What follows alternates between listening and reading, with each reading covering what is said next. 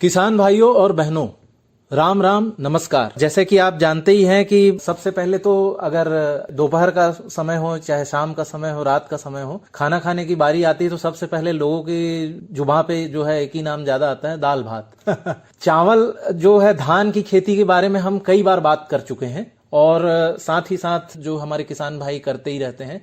छत्तीसगढ़ से लगा हुआ भी है शहडोल, तो धान की खेती यहाँ पर जो है काफी ज्यादा होती है। साथ ही सोयाबीन की खेती भी करते हैं। अब खरीफ का मौसम चल ही रहा है। आज 30 जून आखिरी दिन है जून का और कल से जुलाई शुरू हो जाएगा। आषाढ़ का महीना भी आज से शुरू हो चुका है। तो आज हम ऐसे किसान भाई से मिलने जा रहे हैं। जैसा मैं बात कर रहा था दाल और भात की, तो भात यानी कि चावल, धान की जो खेती है हम करते ही रहते हैं, लेकिन जो दाल है, जो प्रोटीन का बहुत महत्वपूर्ण स्रोत है, हमारे जो शाकाहारी जो लोग हैं उनके लिए भी बहुत महत्वपूर्ण स्रोत है। और हमारे देश में जो है दाल चावल खाने की जो परंपरा है ये सदियों से है और ये दोनों मिला के ही जो है एक आदर्श जिसको भोजन कहा जा सकता है, पेट जिससे भर जाता है और साथ ही जो है तृप्ति भी मिल जाती है, खा के जो है आनंद आ जाता है।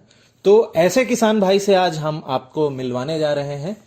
चलिए सबसे पहले उनका परिचय जानते हैं। किसानवाड़ी कार्यक्रम में आपका बहुत बहुत स्वागत है। नमस्कार किसान भाइयों, मेरा नाम अनिल सिंह है। मैं ग्राम चटहा का रहने वाला हूं।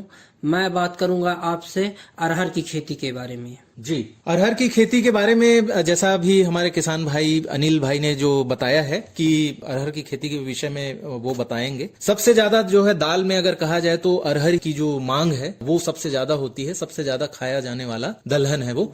और हमारी जो सरकार है वो भी काफी प्रोत्साहित कर रही है कि जो दलहन तिलहन की खेती की ओर आगे बढ़िए, साथ ही मोटे अनाज की खेती की ओर आगे बढ़िए। और इस साल जो है मैं विशेष रूप से बताना चाहूंगा कि इस साल बारिश भी जो है बहुत ज्यादा नहीं होने वाली है, कमी है बारिश की, ऐसा अनुमान लगाया गया है मौसम वैज्ञानिकों ने। तो जो हमारी खरीफ की फसल है, धान वाली जो फसल है, उसमें काफी ज्यादा पानी लग सकता है। ऐसे में ये जो दलहन वाली जो फसल है ये काफी महत्वपूर्ण हो जाती है इस वर्ष खास तौर से। तो सबसे पहले आप ये बताइए कि जो अरहर की जो एक खेती है उसके लिए आप क्या सलाह देंगे हमारे किसान भाइयों को कि कैसे तैयारी करें अगर कोई किसान भाई इसकी खेती करना चाहता है। मैं किसान भाइयों आपको बताना चाहूंगा कि अरहर की खेती बहुत ही सरल तरीके से किया जा सकता है। अरहर की खेती के लिए मतलब कोई ज्यादा लागत आएगा नहीं और कम लागत में होना है अरहर, और मुनाफा ज्यादा है जी। अरहर की खेती के लिए सबसे पहले आपको गहरी जुताई कराना होगा। मार्च अप्रैल से मई जून के बीच में आप गहरी जुताई करा लेंगे। इससे फिर आपको ये होगा कि जैसे आपके यहाँ खर पतवार, कीड़े मकोड़े हैं, ये सारे कुछ नष्ट हो जाएंगे। जब धूप पड़ेगा तो ये नष्ट हो जाते हैं।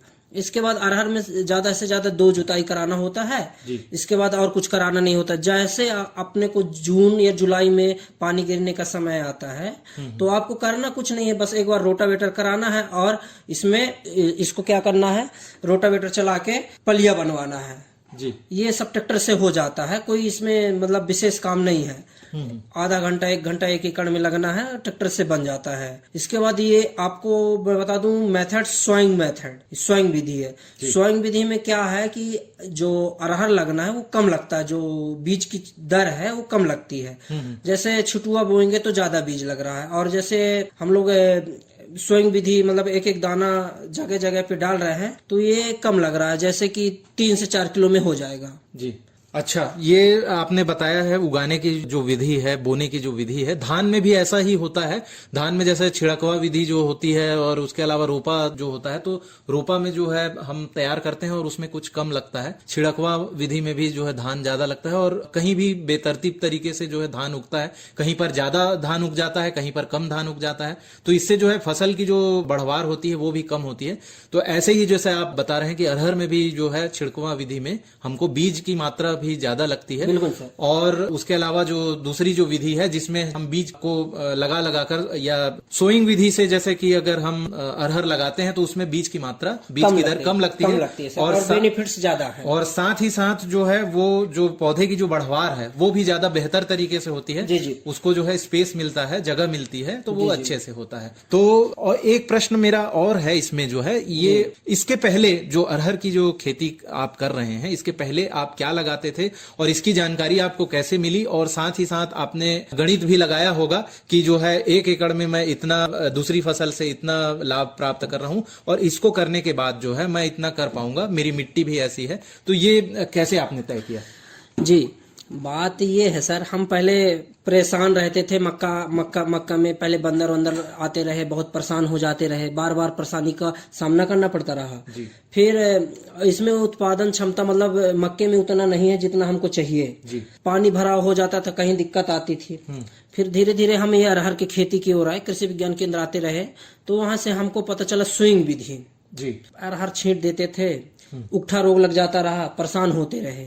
फिर कृषि विज्ञान केंद्र आते रहे, यहाँ पता चला डॉक्टर ब्रजकिशोर प्रजापति सर के माध्यम से हमको पता चला कि स्विंग विधि खेती कराया जाए। फिर सर आए, बेड वेड बनवा के हमको दिलाए। बेड वेड जब बना तो उसमें जो दाना है, दाना डलवाए, उसकी दूरी, जो दाने की दूरी है 2 फीट की दूरी पे डलवाए थे उस टाइम पे। फिर उसको जब ये 25 से 30 दिन के बाद आया, जब अपना पौधा बड़ा आ गया, यही मान लीजिए 30 से 40 सेंटीमीटर, उसका पहली तोड़ाई, अरहर में पहली तोड़ाई कराए। उसको जब तोड़ाई हुआ तो उसकी शाखाएं फिर अगल बगल से धीरे धीरे आने लगी। फिर शाखाएं आने लगी। फिर इसके बाद इसमें 30 दिन बाद फिर इसका तोड़ाई हुआ एक बार। इसके बाद इसकी और शाखा बढ़े, धीरे धीरे ये फल से फूल में आने का ले लिया। अच्छा, हर जोखिम से निकल कर फसल आए, सुरक्षित हो जाए। फसल बीमा से हर किसान अब आत्मनिर्भर हो जाए। संकट के समय प्रधानमंत्री फसल बीमा योजना किसानों के लिए वरदान है।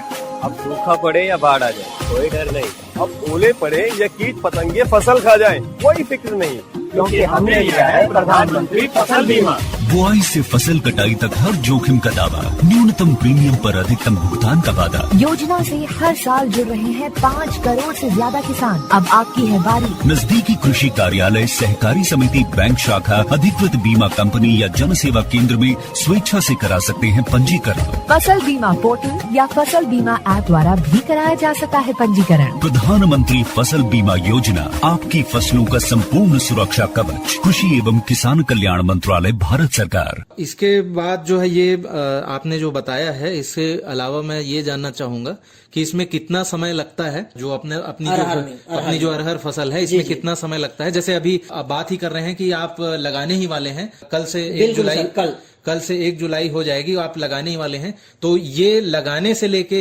जो कटाई की जो प्रक्रिया है, उसमें एक संक्षेप में जो है आप कम शब्दों में जो है ये बताइए कि जो है कैसे करते हैं। जी सर, मैं बताना चाहूंगा सर, पहले तो हमारा गर्मी में जुताई हो जाता है। गर्मी में जुताई के बाद हम जैसे पानी न गिरने से पहले रोटावेटर करा लेते हैं। रोटावेटर करा लिए तो इसके बाद हम लोग अरहर में, मतलब अरहर की खेती करना है तो रोटावेटर में पलिया बनवाना पड़ता है स्विंग विधि से, जो मैं आपको बता रहा था। तो पलिया बनवाना पड़ेगा। फिर पलिया बनवा लेते हैं। इसमें अब किस्म चुनने की बारी आती है, तो आगे का फिर पता लगेगा कि हम आगे कौन सी फसल लेना चाहते हैं। अब जैसे मेरे को प्याज लेना है, तो हमें कौन सा अरहर डालना चाहिए जिससे जल्दी उत्पादन मिल सके और अच्छा उत्पादन मिल सके। तो अभी बात चल रहा था, तो जैसे पिछले वर्ष हम राजेश्वरी लगाए रहे दूसरे खेत में, अब इस साल भीमा का कर रहे हैं। अच्छा, भीमा का है ना, भीमा का पहले ले चुके हैं, ऐसा नहीं है कि भीमा का नहीं लिए हैं। और इसका उत्पादन क्षमता 8 से 10 क्विंटल है, जो विधि स्विंग विधि हम बता रहे हैं। और अगर जैसे आप करते हैं छिटुआ में, तो इसका ज्यादा उत्पादन नहीं, 4 से 5 क्विंटल आएगा सर। फिर इसको पलिया बनवाते हैं। अब जैसे 1 जुलाई कल है, तो हमें कल जैसे बुवाई करना है, बुवाई करने इसमें डायरेक्ट बीज को एक एक डालते हैं। इसकी दूरी रहती है 2 फीट। अच्छा, इसकी दूरी 2 फीट रहेगी, और जो उसकी दूरी रहेगी पौध से पौध की जो चौड़ाई होगी, लंबाई में तो 2 फीट रखेंगे, और पौध से पौध की दूरी, जो पौध से चौड़ाई होगी वो 4 फीट की दूरी में रहेंगे। वो मादा बना रहता है, उस मादे में एक एक बीज 2-2 फीट की दूरी में डालना होता है। आप अपने खेत का अगर मिट्टी परीक्षण कराए हैं तो अच्छी बात है, नहीं कराए हैं तो और अच्छी बात है। आप उसमें क्या करेंगे, मिट्टी परीक्षण नहीं कराए हैं तो आपको फास्फोरस का मात्रा लेना होगा। अरहर में मतलब कोई अलग से उर्वरक नहीं चाहिए। अरहर मतलब सबसे कम उर्वरक, जैसे आप धान में यूरिया डीपी बहुत ज्यादा डालते हैं किसान, इसमें कोई उर्वरक नहीं है। इसमें आप ये ले लीजिए, अगर मिट्टी परीक्षण कराएं तो बहुत अच्छी बात है, और मिट्टी परीक्षण नहीं कराएं तो कोई बात नहीं है। आप इसमें फास्फोरस का मात्रा देना होता है। 1 एकड़ में आप लगा लीजिए 30 किलो 40 किलो, ज्यादा फास्फोरस देने की जरूरत नहीं है। इसमें लागत भी कम है सर जी। तो 40 किलो 1 एकड़ में अब लगा लीजिए 4-4 5-5 दाना गिराना होता है जी। फिर इसके बाद अगर जैसे कि लोग किसानों को क्या दिक्कत होती है, उकठा रोग का। जैसे बार बार अरहर को बोते हैं तो उकठा रोग, तो अगर फसल चक्र नहीं अपनाते हैं तो फसल चक्र अपनाना पड़ेगा किसानों को। और उकठा रोग के लिए कौन सी दवा है मैं आपको बता देता हूँ, क्लोरोपाइरीफास। अच्छा, 20% EC है ना जी। क्लोरोपाइरीफास से मतलब क्लोरोपाइरीफास डाल देते हैं तो उसका जो चिड्डा विड्डा रहते हैं वो काटते नहीं है। जैसे जमीन से उठा के जैसे बुवाई करते हैं तो वो जो कीड़े हैं वो नहीं पहुंच जाते हैं, बुवाई में नहीं पहुंच पाते हैं। और जो हम स्विंग विधि करते हैं तो कीड़े जल्दी से उसको पकड़ लेते हैं। तो इसमें हम लोग क्लोरोपाइरीफास डाल देते हैं तो जैसे कीट दुर्गंध से दूर भाग जाते हैं। और जैसे उकठा रोग बहुत लगता है सर, तो इसमें इसको ट्रीट करना पड़ता है, बीज को ट्रीट करना पड़ता है, मतलब इसको उपचार करना पड़ता है। तो सर किसान तो नहीं जानते हैं, तो सबसे इसका सरल नाम है FIR। दुनिया जानता है FIR, fungicide insecticide rhizobium culture जी। तो इससे ट्रीटमेंट करना पड़ता है ना। तो इसमें ट्रीटमेंट के लिए आप ले लेंगे ट्राइकोडर्मा राइजोबियम कल्चर और सूडोमोनास जी। तो इससे अगर आप ट्रीटमेंट करते हैं तो उकठा रोग से निजात पाया जा सकता है। और फिर इसमें आप स्विंग कर देंगे सर। जब लग जाता है तो ये आपका समय 30 से 35 दिन के बाद इसका पहली खुटाई कर दें। इसमें लागत तो उतना आता नहीं है, 1 बोरी DAP फास्फोरस में आपको 1 एकड़ खेत को हो जाएगा जी। अब इससे एक बार उसका छटिंग कर दिए, फिर एक बार 30 से 30 दिन के बाद फिर एक बार छटिंग करना। अगर आपको मैं बीच में भूल गया था बताने के लिए आपको जी। जैसे कि आप स्विंग करते हैं उसी टाइम पे आप पेंडामेथाइल, अच्छा ये बीज ये मतलब खरपतवार नाशक है, तो इसको आप जमीन में डाल देंगे तो जो छोटे छोटे वो है घास है इससे मतलब निजात पाया जा सकता है। फिर इसके बाद जैसे अगर बीच में फिर भी घास आता है तो अपना ये सोयाबीन में आपका चलता है इमीजा थाइपर करके जी। तो ये खरपतवार नाशक, तो इसको यूज कर सकते हैं। इसके बाद ये आ जाता है अपने धीरे धीरे फूल फल के अवस्था में, तो इसमें तो कोई ज्यादा कीट लगते नहीं है। अच्छा। अगर लगते हैं तो इसमें नीम ऑयल यूज करते हैं हम लोग जी। नीम ऑयल जैसे यूज कर लिए, अगर नीम ऑयल से अगर अपना कंट्रोल नहीं हो रहा है सर जी, तो अपना ले लेते हैं इमामेक्टिन हर दुकान में आपको मिल जाएगा जी। इमामेक्टिन का यूज करते हैं तो ये मतलब अच्छा है, इल्ली के लिए एकदम रामबाण दवा है। फिर इमामेक्टिन कर लिए और इसके बाद वो धीरे धीरे फूल से फल जी। ज्यादातर फल में इल्लियां लगती हैं सर, तो वही इमामेक्टिन हम लोग दे देते हैं। इसका डोज है अपना ज्यादा तो नहीं है, 250 से 500 ग्राम पर एकड़ है। अच्छा जी। और इसका जो मैं आपको फिर बता दूं उत्पादन क्षमता जी। अब जो ये है इसकी कटाई आपको ये जनवरी फरवरी तक में हो जाता है। इसकी उत्पादन क्षमता जैसे आप लोग छिटुआ बोते हैं, छिटुआ में उत्पादन आपको 4 से 5 कुंटल मिलेगा। और जो मैं आपको ये विधि बता रहा था इस स्विंग विधि है, स्विंग विधि से आपको उत्पादन मिलेगी 9 से 10 कुंटल, ज्यादा भी जा सकता है, आपके सेवा के ऊपर आपकी मिट्टी के ऊपर है, रख रखाव। हाँ तो ये 9 से 10 एकड़ तो आप ये लगा लीजिए कि अब 9 से 10 एकड़ में अरहर अगर हो जाता है तो फिर आगे कैसा उसका वो प्रोडक्शन रहेगा आप समझ जाएंगे खुद ही जी। अरे क्या कर रहा है? इधर हम बोल रहे हैं तेरे बीजू का पुतला बोल रहे हैं। पक्षियों से तो हम खेत को बचा लेते हैं, पर इन घातक रसायनों से कैसे बचाएं? मतलब? देख बेटा, तू जो ये अंधाधुंध रसायन मिलाता है ना, मिट्टी की सेहत बिगड़ने लगी है। और जब माटी ही कमजोर पड़ जाएगी तो उपज कैसे सेहतमंद होगी? अरे पहले ऐसा नहीं था, पूछना अपने बड़े बुजुर्गों से कैसे फसल लहलहाती थी, शुद्धता झलकती थी। हाँ, माटी भी तंदुरुस्त और लोग। पहली वाली बात कहाँ, पर अब तो सब यही डाले हैं। सब नहीं, आज भी लाखों जागरूक किसान परंपरागत विधि से फसल उगा रहे हैं, खर्चा कम और उपज की कीमत भी बेहतर पा रहे हैं। सच है? रे बेटे, एक्सपीरियंस से बता रहे हैं, धूप में बाल सफेद नहीं किए हैं। हाँ। ठीक है भाई, मैं भी आज से जैविक खेती शुरू करूंगा। माटी से प्रेम की परंपरा है, परंपरागत खेती। आपने कहा कि FIR के बारे में जो है हमारे किसान भाई नहीं जानते होंगे। अभी जो है कल्पना मैडम आई थी और वो FIR के विषय में बहुत बड़े अच्छे से समझा के भी गई हैं। अगर कोई किसान भाई अगर इस कार्यक्रम को नहीं सुन पाए होंगे तो हमारे YouTube चैनल में जाके उस कार्यक्रम को फिर से सुन सकते हैं, इससे उनको अवश्य लाभ होगा। किसान भाइयों और बहनों, कोई भी कार्यक्रम अगर आप सुनना भूल जाते हैं तो कोई बात नहीं, आप आकाशवाणी शहडोल के YouTube चैनल में जाकर इन कार्यक्रमों को फिर से सुन सकते हैं।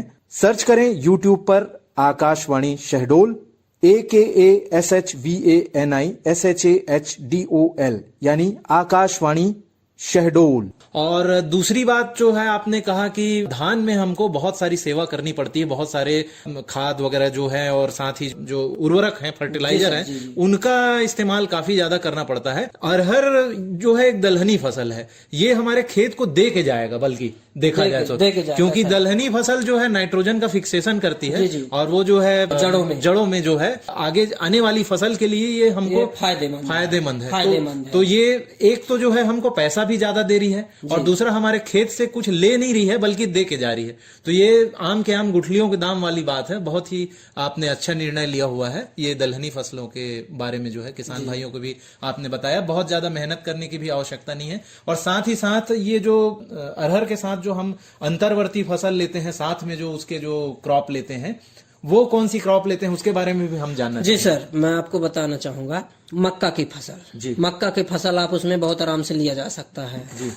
तो जो पौध की दूरी है उसी बीच में अगर मक्का लगा देते हैं तो उसकी जब शाखाएं आती है तब तक में मक्का आ जाता है, अपना अच्छा तैयार हो जाता है जी। ये बरसात के समय जो ये मक्का जो लगाते हैं इसकी कीमत भी अच्छी मिल जाती है। ये एक आपका अलग से सोर्स मिल जाता है जी जी जी। और 1 एकड़ में लगभग ज्यादा खर्चा अरहर में आता नहीं है, 8 से 10 हजार बहुत ज्यादा आया तो, और दे के जाएगा आपको 80 से 90 हजार रुपए। बहुत अच्छी बात है। तो इसीलिए जो है मैंने ये कहा कि जब किसान भाई जो है हमारे कार्यक्रम में जब आते हैं वो अपना अनुभव जब देकर जाते हैं तो हमारे जो दूसरे किसान भाई और बहन हैं ये उससे जो है काफी प्रोत्साहित होते हैं ताकि वो भी ऐसा कुछ कर सके, क्योंकि उनके आसपास में ही जो किसान भाई अगर आगे बढ़ते हुए दिखते हैं तो वो किसी को भी प्रोत्साहित करते हैं और वो भी उसी मुकाम पर आगे बढ़ते हैं। इससे जो है हम अपने राज्य को भी विकसित करेंगे और हमारे देश को भी विकसित करेंगे। और सरकार की भी यही मंशा है कि किसान के पास जो है ज्यादा से ज्यादा जो उसकी आय है उसमें वृद्धि हो, और परंपरागत रूप से जो हम लगाते आए हैं अगर उसमें कोई कमी है, कोई नई फसल हमको दिख रही है जिससे हमको ज्यादा लाभ हो सकता है तो उसकी ओर क्यों ना जाए। बिल्कुल सर, आप ठीक बात कर रहे हैं। अभी तो नई किस्म आई है भीमा, 1-2 साल पहले आई है, अच्छा उत्पादन है और जल्दी उत्पादन करके दे देता है। उसमें उसके साथ हम लोग प्याज लगा लेते हैं तो हमारा इनकम कहीं ना कहीं और बन रहा है धीरे धीरे। बिल्कुल। एक और बात इसमें बताना चाहेंगे कि अभी आपने जो बताया था कि फसल चक्र के बारे में, वो बहुत आवश्यक हो जाता है, क्योंकि जो उकठा जो बीमारी होती है वो हमको परेशान कर सकती है। अगर उसी खेत में वही फसल हम दोबारा बो देंगे तो ये समस्या आ सकती है। बिल्ड की समस्या। तो इससे बचने के लिए जो है आप क्या सलाह देंगे? इससे बचने के लिए सर मैं आपको अभी बताया था fire, fungicide, insecticide, rhizobium culture. एकदम फायर बहुत आसान शब्द है और हर किसान जान जाएगा फायर के बारे में। FIR तो FIR fungicide, insecticide, rhizobium culture जो ये मैं बता रहा हूँ, तो इसको यूज करने से मतलब उकठा रोग से निजात पाया जा सकता है। और साथ ही जो कीट व्याधियां हैं वो भी कम लगती हैं। कीट कम लगते हैं सर। अगर आप फसल चक्र अपनाते हैं तो आपको ये समस्या नहीं देखने को मिलेगी जी। तो ऐसे हमारे किसान भाई अगर जो अरहर लगा रहे हैं अगर वो फसल चक्र करेंगे तो कौन सी फसल फिर अगले बार लगाएंगे उसके लिए भी बता दीजिए। जी जी, अगर जैसे अभी अरहर की खेती कर रहे हैं, अब जैसे अभी रबी का चलेगा, जैसे अभी खरीफ का चल रहा है, रबी का चल रहा है, तो उसके साथ में आप अगर आप चाहें तो जौ है, प्याज है, बागवानी कर सकते हैं। अब तो गोभी बहुत ट्रेंडिंग में चल रहा है सर, है ना, तो हम लोग तो अभी प्याज ही लगाएंगे उसमें है, तो इनकम दे के जाएगा हमारा खेत। बहुत अच्छी बात आज आपने बताई है हमारे किसान भाइयों को। निश्चित रूप से जो है हमारे किसान भाई और बहन इसके लिए प्रोत्साहित होंगे और वो जो भी खेती कर रहे हैं आप करते रहिए, लेकिन और भी जो हमारे आसपास जो बेहतर जो विकल्प हैं वो भी तलाशते रहिए। हो सकता है कि कोई बेहतर विकल्प जो है आपको भी मिल जाए। और ऐसे ही जो है दलहन फसल जो है इस क्षेत्र में, खासतौर से अगर शहडोल, अनूपपुर, उमरिया ये जो संभाग है, शहडोल संभाग, इस क्षेत्र में जो है इसमें बहुत सारी संभावनाएं हैं। किसान भाइयों भाइयों को जाते जाते जो है आप क्या सलाह देना चाहेंगे? किसान भाइयों से मैं यही कहना चाहता हूँ, किसान भाई अगर जैसे कि मतलब ज्यादा फसल मतलब धान के उसमें जा रहे हैं, उर्वरक की भी दिक्कत आ रही है इस टाइम पे, तो किसान भाइयों से कहना है कि आप अरहर की खेती में जाइए। आपके पास अगर जमीन अच्छी है तो, जमीन अच्छी नहीं है तो भी जाइए, जमीन अच्छी नहीं है तो उसके लिए मतलब और अच्छी बात है, क्योंकि मतलब जमीन मतलब अरहर मतलब कोई वो नहीं है, इसकी ये खुद अपनी उर्वरक क्षमता लेने की क्षमता रखता है जमीन से। तो अरहर में मतलब कम लागत ज्यादा बेनिफिट।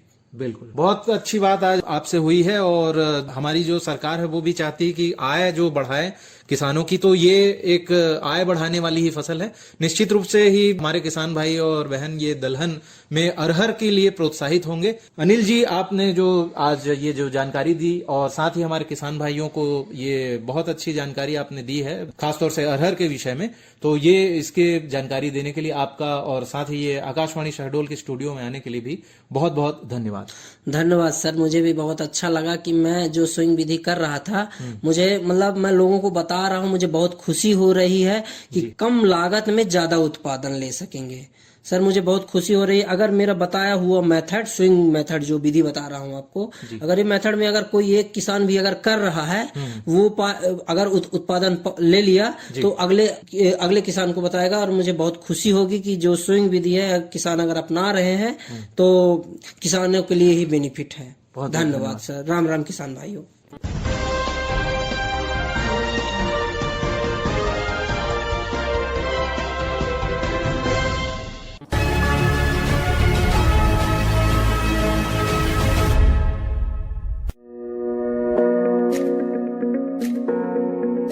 आज भारत का किसान पहले से अधिक सशक्त, समृद्ध और आत्मनिर्भर है।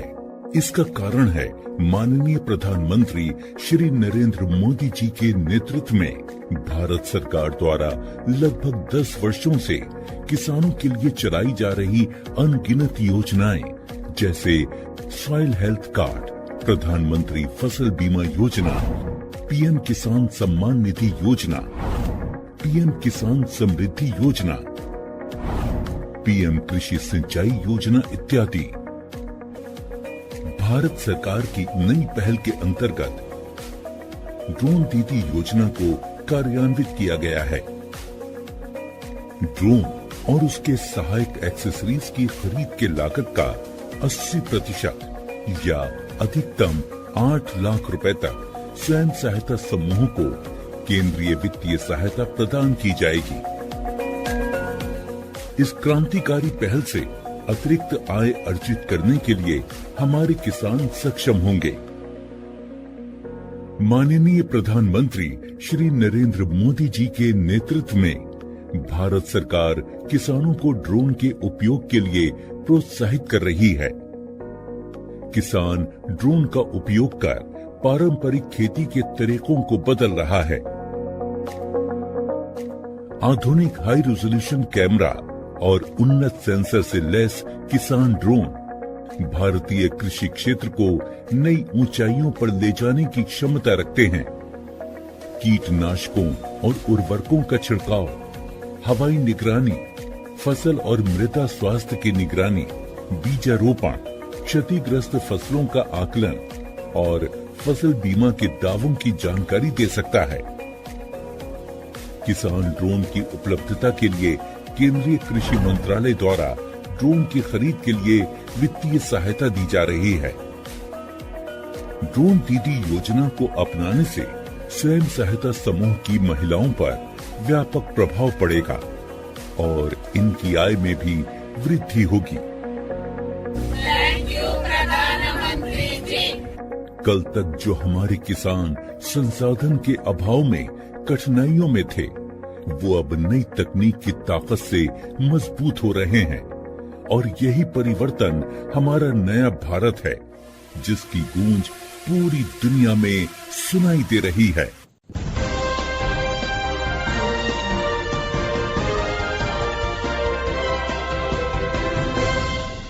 किसान भाइयों और बहनों, आज हमारे बीच हैं श्री भागवत प्रसाद पंद्रे जी। आप हैं कृषि वानिकी विशेषज्ञ, कृषि विज्ञान केंद्र शहडोल से। जैसा कि आप जानते ही हैं कि पौधा जब तैयार करते हैं तो पौधरोपण करना बेहद आवश्यक है। तो इसी विषय को लेकर आज हम आपको जानकारी देने वाले हैं। पंद्रे साहब, आपका बहुत बहुत स्वागत है आकाशवाणी शहडोल के स्टूडियो में। आपका बहुत बहुत स्वागत है। नमस्कार। बहुत बहुत धन्यवाद आप सभी को, किसान भाइयों को मेरा कृषि विज्ञान केंद्र परिवार की ओर से आप सभी का स्वागत है, वंदन है, अभिनंदन है जी। जैसा कि अभी जो पीक पॉइंट है और बढ़िया मौसम है और प्री मानसून का समय है किसान भाइयों के लिए, अभी आज हम देखते जा रहे हैं कि हमारा जो मौसम परिवर्तन है जी, अभी अनचाहे बारिश हो रही है, कभी नहीं हो रही है, अनचाहे तापमान कभी बढ़ रही है, कम हो रही है। इसका मेन रीजन है हमारा जो है क्लाइमेट चेंजेस है, जलवायु परिवर्तन है जी। जलवायु परिवर्तन हमको इसको नियंत्रण करने के लिए बहुत बड़े स्तर पे इनका प्लान चल रहा है, जिससे हमको निजात पाने के लिए अब शासन की ये मंशा है कि हमें पौधरोपण की ओर बढ़ना है और पौधरोपण के साथ साथ हमको उसको खेती में शामिल करना है जी।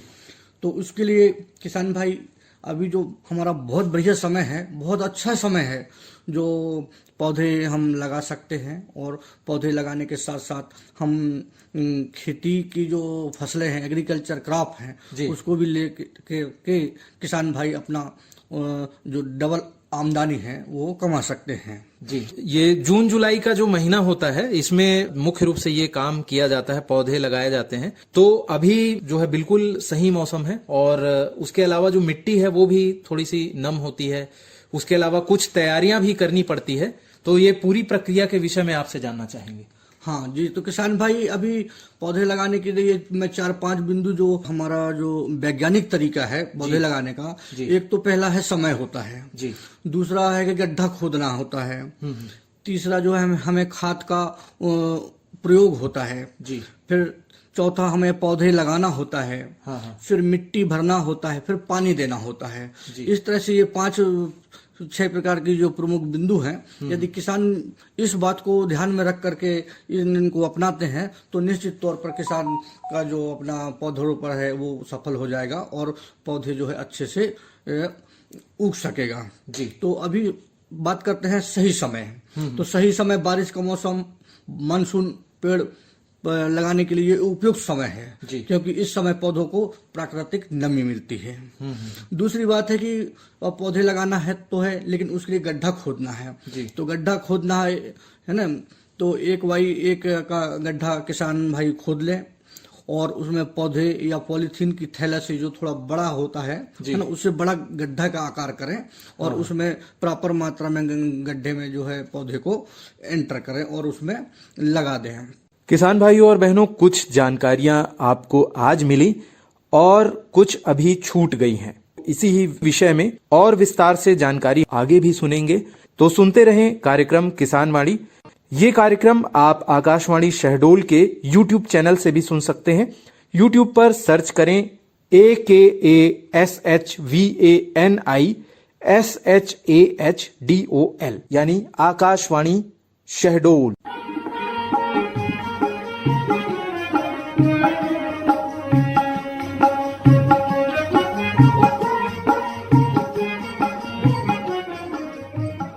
किसान भाइयों और बहनों, किसान वाणी कार्यक्रम आज यहीं तक। जय जवान, जय किसान, जय विज्ञान, जय अनुसंधान। आप सबको नमस्कार और राम राम।